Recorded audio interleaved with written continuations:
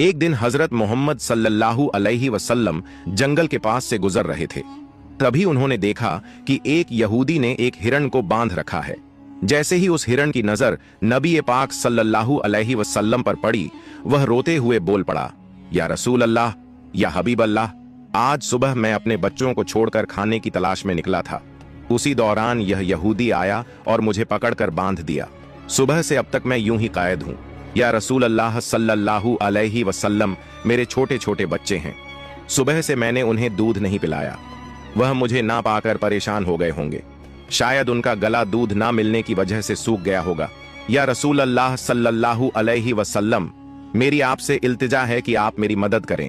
मुझे मेरे बच्चों से मिलने और उन्हें दूध पिलाने की इजाजत दिला दें। हिरण्य की दर्द भरी गुजारिश सुनकर हजरत मोहम्मद सल्लल्लाहु अलैहि वसल्लम की आंखों से आंसू छलक पड़े। आपने उस यहूदी से फरमाया, ऐ यहूदी, तुमने इस मासूम हिरण्य को क्यों बांध रखा है? यहूदी ने जवाब दिया, मैंने इसका शिकार किया है। जंगल के जानवरों का शिकार करना जायज है, इसलिए इसे बांधा है। नबी ए अकरम सल्लल्लाहु अलैहि वसल्लम ने फरमाया, क्या तुम नहीं देख रहे कि यह एक माँ है? इसके थन दूध से भरे हुए हैं। यह अपने बच्चों को दूध ना पिला पाने की वजह से परेशान है। इसे छोड़ दो ताकि यह अपने बच्चों को देख सके और उन्हें दूध पिला सके। यहूदी ने कहा, मैंने इसे बड़ी मेहनत से पकड़ा है, अब तुम्हारी बात मानकर इसे क्यों छोड़ दूं? हजरत मोहम्मद सल्लल्लाहु अलैहि वसल्लम ने नरमी से समझाते हुए फरमाया, इस मां हिरण को एक बार अपने बच्चों के पास जाने दो। वह उन्हें दूध पिलाकर और मिलकर वापस तुम्हारे पास लौट आएगी। यहूदी ने तंज से कहा, बांधा हुआ जानवर आज तक वापस आया है? क्या ऐसी कोई मिसाल है? अगर मैं इसे छोड़ दूं तो यह कभी नहीं लौटेगा। जब नबी पाक सल्लल्लाहु अलैहि वसल्लम ने देखा कि यहूदी किसी भी तरह से हिरण को छोड़ने के लिए तैयार नहीं है, तो आपने फरमाया, ऐ यहूदी, इस हिरण को आजाद कर दो। इसके बदले तुम मुझे बांध लो। अगर यह वापस ना लौटे तो तुम मुझे उम्र भर कैद में रख सकते हो। यहूदी ने कहा, ठीक है, एक शर्त पर मैं इसे छोड़ रहा हूं। अगर यह वापस ना आए तो मैं तुम्हें उम्र भर के लिए कैद कर लूंगा। आखिरकार यहूदी ने हिरण को छोड़ दिया और हजरत मोहम्मद सल्लल्लाहु अलैहि वसल्लम को बांध दिया। आजाद होते ही हिरण तेजी से जंगल की तरफ भाग गया।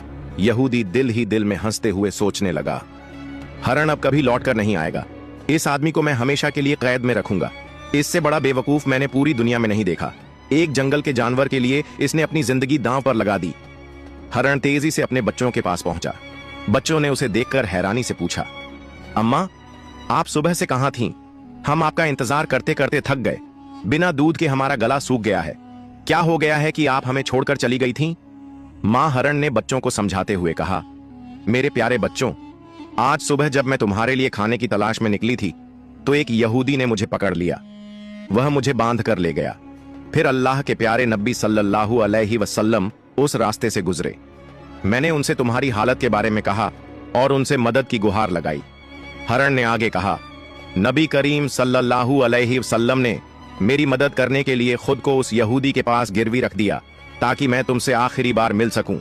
अब मुझे वापस लौटकर जाना होगा क्योंकि मैंने वादा किया है कि मैं जरूर लौटूंगी। मां हिरण ने अपने बच्चों से कहा, मेरे प्यारे बच्चों, वह नरदिल यहूदी अल्लाह के प्यारे नबी सल्लल्लाहु अलैहि वसल्लम को बांध कर रखे हुए है। इसलिए तुम जल्दी से मेरा दूध पी लो। मुझे वापस जाना होगा। मैं अपने नबी को तकलीफा में नहीं छोड़ सकती। जब हिरण के बच्चों ने यह सुना कि उनकी मां नबी करीम सल्लल्लाहु अलैहि वसल्लम को यहूदी के पास गिरवी रखकर सिर्फ उनसे मिलने और दूध पिलाने आई है, तो वो रोते हुए बोले, अम्मा, आप कैसे सोच सकती हैं कि हम उस नबी के रहते हुए आपका दूध पिएंगे जिन्हें यहूदी ने कैद कर रखा है? नहीं, हम आपका दूध नहीं पी सकते। आप चलिए, हम भी आपके साथ चलेंगे। हम अल्लाह के नबी की तकलीफ सहन नहीं कर सकते। उसके बाद मां हिरण अपने बच्चों के साथ नबी करीम सल्लल्लाहु अलैहि वसल्लम के पास लौटने के लिए चल पड़ी। दूसरी तरफ जब हिरण के लौटने में थोड़ी देर हुई तो वह यहूदी तंज करते हुए नबी करीम सल्लल्लाहु अलैहि वसल्लम से कहने लगा, तुमसे ज्यादा बेवकूफ इंसान मैंने इस दुनिया में कभी नहीं देखा। एक जंगल के हिरण के लिए तुमने खुद को मेरे पास गिरवी रख दिया। क्या तुम वाकई सोचते हो कि वह हिरण वापस आएगा? कयामत तक वह हिरण लौट कर नहीं आएगा और कयामत तक तुम मेरी कैद में रहोगे। यह सुनकर नबी करीम सल्लल्लाहु अलैहि वसल्लम ने बड़ी नरमी से कहा, ऐ यहूदी, थोड़ा सब्र करो। वह हिरण जरूर लौट कर आएगा। अल्लाह की मर्जी से वह तुम्हारे पास वापस आ जाएगा। यहूदी हंसते हुए बोला, ए मोहम्मद, अपनी इन अलौकिक कल्पनाओं को छोड़ दो। मैं पूरे यकीन के साथ कह सकता हूं कि वह हरण कयामत तक वापस नहीं लौटेगी। इस तरह कुछ समय और बीत गया। यहूदी मन ही मन सोचने लगा, मोहम्मद को बंधक बनाकर मैं इसके साथियों से बहुत सारा धन वसूल करूंगा। क्या कभी कोई हरण इंसान की ममता के कारण लौटकर आया है?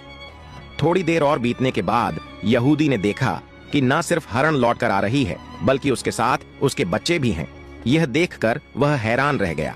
फिर नबी करीम सल्लल्लाहु अलैहि वसल्लम ने हरण से पूछा, ऐ हरण, तूने अपने बच्चों को साथ क्यों लाया? वादा तो यह था कि तू अकेले लौटेगी।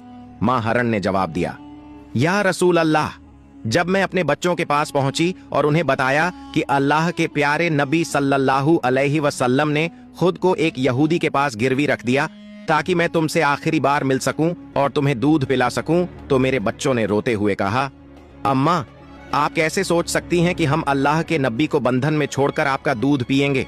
नहीं, हम ऐसा कभी नहीं कर सकते। उसके बाद मेरे बच्चे भी मेरे साथ चल पड़े। मां हरण ने आगे कहा, अगर मेरी वजह से आपको किसी तरह की तकलीफ हुई हो तो मुझे माफ कर दीजिए। मैंने जाने अनजाने आपको परेशानी दी। फिर नबी करीम सल्लल्लाहु अलैहि वसल्लम ने यहूदी की तरफ देखा और फरमाया, ऐ यहूदी, देखो, तुम्हारा हरण लौट आया है। वह अकेला नहीं आया, बल्कि अपने बच्चों को भी साथ लेकर आया है। अब तुम इनका जो चाहो इस्तेमाल कर सकते हो। और एक बात याद रखो, मैं केवल इंसानों का नबी नहीं हूं, मैं जंगल के जानवरों, परिंदों और पूरी कायनात का नबी हूं। यह बात कहकर जब नबी करीम सल्लल्लाहु अलैहि वसल्लम जाने लगे तो वह यहूदी पीछे से पुकारते हुए बोला, या रसूल अल्लाह, या हबीब अल्लाह, वह हरण जो आपकी ममता में वापस लौट आया, मैं समझ गया कि आप अल्लाह के सच्चे नबी हैं। या रसूल अल्लाह, मुझे अपने हाथों से कलमा पढ़ाकर मुसलमान बना दीजिए। मुझे अब उस हरण की कोई जरूरत नहीं है, मैं उसे आपको सौंपता हूं और आपकी सेवा में अपनी जिंदगी गुजारना चाहता हूं। इसके बाद वह यहूदी नबी करीम सल्लल्लाहु अलैहि वसल्लम के हाथों पर कलमा पढ़कर मुसलमान हो गया। सुभान अल्लाह। एक और वाकया। एक दिन नबी करीम